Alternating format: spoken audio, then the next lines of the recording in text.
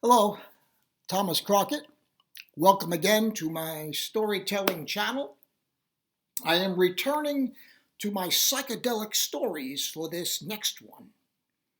It's called To Go Where No Man Has Ever Gone.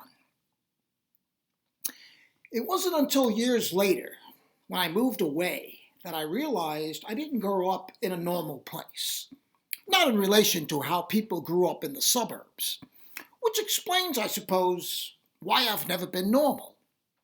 Looking back, I see my upbringing on a street where few parents finished high school, where the word evolve had yet to evolve for what it was, a poverty of the mind, a wasteland of the spirit, with no arts and crafts, no literature and learning, no visits to museums or theaters, no meaningful conversations, no support or encouragement, no ambition, standards, or principles, no compassion and sensitivity, no awareness and understanding, no hope ever to improve.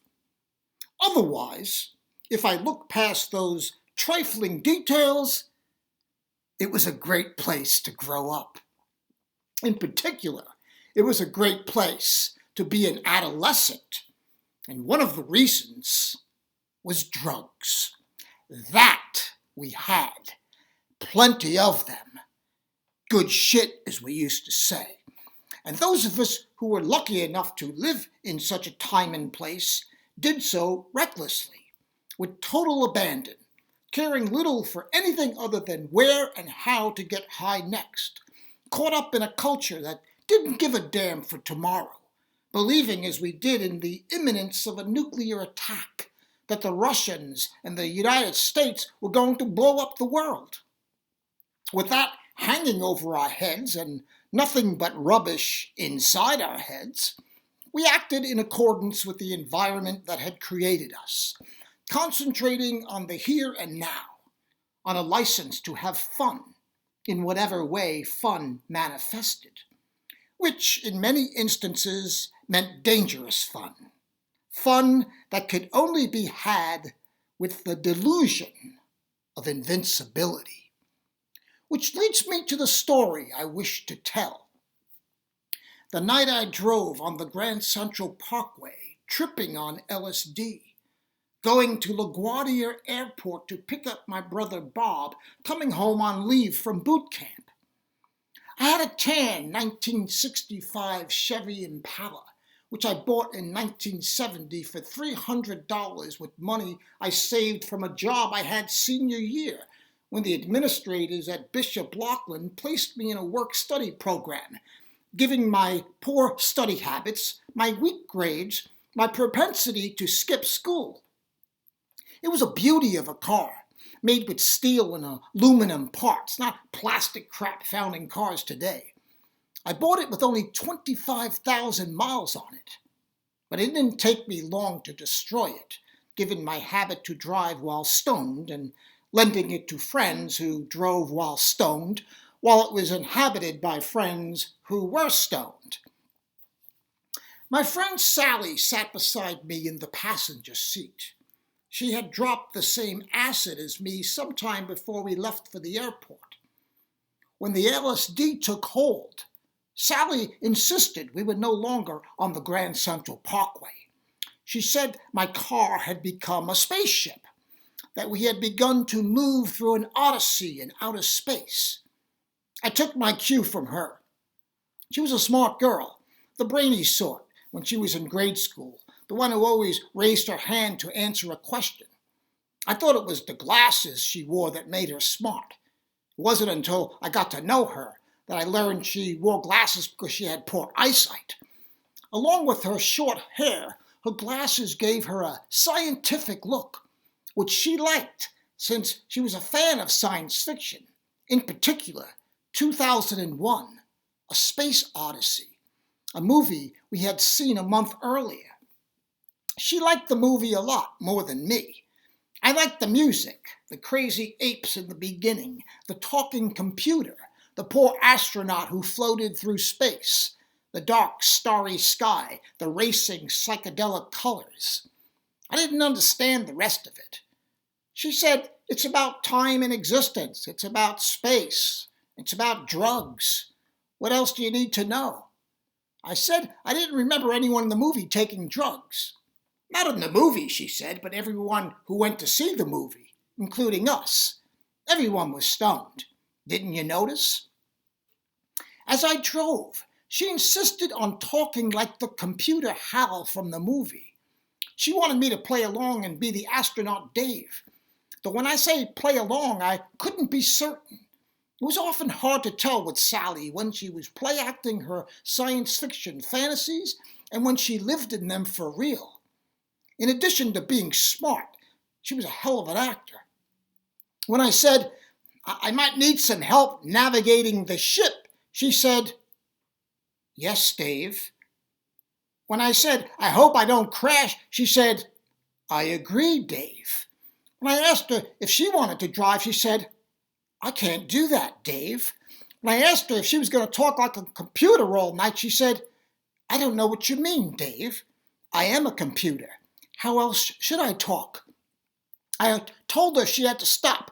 She had to be herself, talk like herself. I might crash. I struggled to see the lines on the road and stay in my lane, distracted by blinding lights behind me and streaky red lights ahead. My hands on the steering wheel became numb. I began to lose trust that my right foot knew the difference between the brake and gas pedals. Sally said, okay, Dave, I'll stop if that's what you really want. Are you sure, Dave? I told her I was sure. She switched roles. She became Frank, the astronaut who accompanied Dave in their spaceship. She opened the glove compartment and said, sorry, Hal, but I'm turning you off. I no longer trust that you are infallible. She said to me, Dave, we must fulfill this mission on our own. The computer is down. I asked a stupid question, which only moved her further away from me, egging her on to live out her fantasy. What is the mission? I forgot. She said our mission was to pass and outrace the rocket ships driven by the alien invaders behind and alongside us, to lift off, to go where no man has ever gone. Could I do that? Could I lead us to a yet undiscovered galaxy? I told her I was the wrong person to fulfill the mission. She insisted I was the right person, the only person, especially now that Hal was down. Think of the alternative, she said. Look what's in front of us. Look. She said the lanes ahead were empty black holes in the infinite space that consumed our ship. If I didn't steer properly, we would fall into an abyss, be lost forever, wander lost in space. She started singing. A gypsy of a strange and distant time, traveling in panic all direction blind. Ah, ah, ah, ah, left without a hope of coming home. Then she rolled down her window and shot lasers from her hands at the alien invaders, those who did not belong to our galaxy. Those who threatened us with their streaking head beams, their headless bodies, their dark shadowy forms, their loud blasting horns coming at us from every side. Some of them shouted at us, though I didn't understand their language, and neither did Sally. Lift off, she said. They're crazy, those alien invaders. We must secure our position. We must go where no man has ever gone. That is our only chance. Stop, I yelled. You're freaking me out. Can't you see that? My hands, I can't feel them. I don't trust my foot. This was a bad idea. I have to pull over. I have to. I'm not seeing well, and I don't want to die, and I don't want you to die or anyone else to die. Is anything I'm saying making sense to you? We're not in outer space, Sally. We're on the Earth. On the Grand Central Parkway, for fuck's sake. I'm turning Hal back on, she said. Maybe he can talk sense to you. No, don't turn him back on. Don't. She opened the glove compartment. It's too late, Dave. Please, Sally, don't do this. Who is Sally, Dave? It's just you and me. Frank is gone.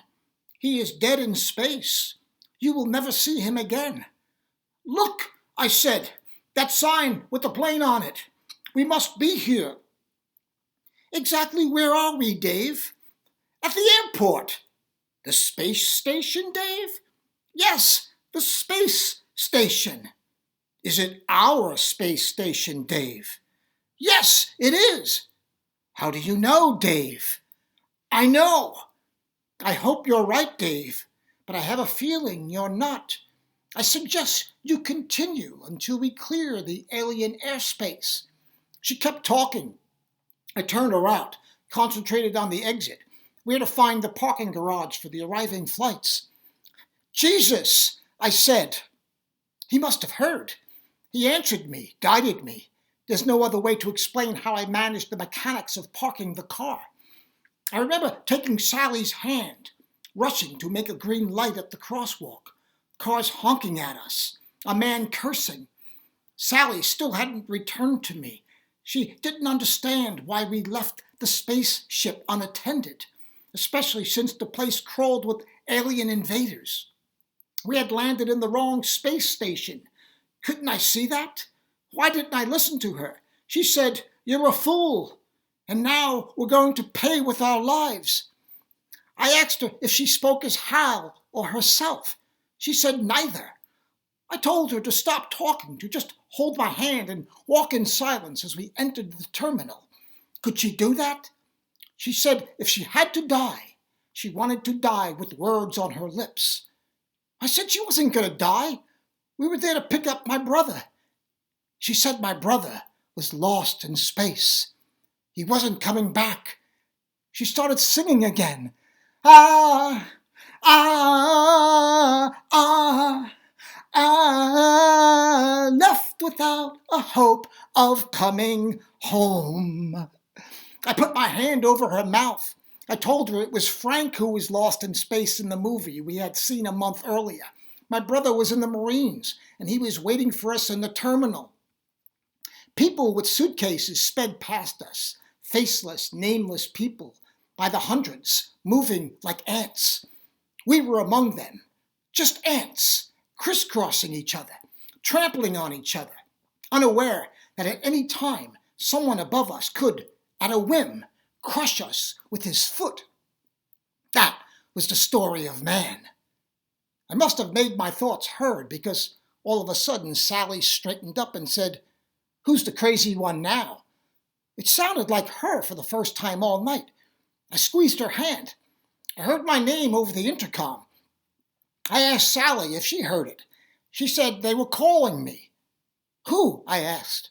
"They," she said. "The alien invaders?" "No, stupid. The airport people." She smiled at me. I smiled back. A moment later, I heard my name again, only it wasn't over the intercom. My brother appeared, wearing his tan Marine uniform. "It's a space soldier," Sally said. "Thank God you're not lost to us," I said. He wanted to know what was wrong with us. I said nothing. We had taken some LSD. Otherwise, we were perfectly normal. "Give me your keys," he said. "I'm driving." I was happy to hand him my keys. I didn't want to go where no man has ever gone. I wanted to go home.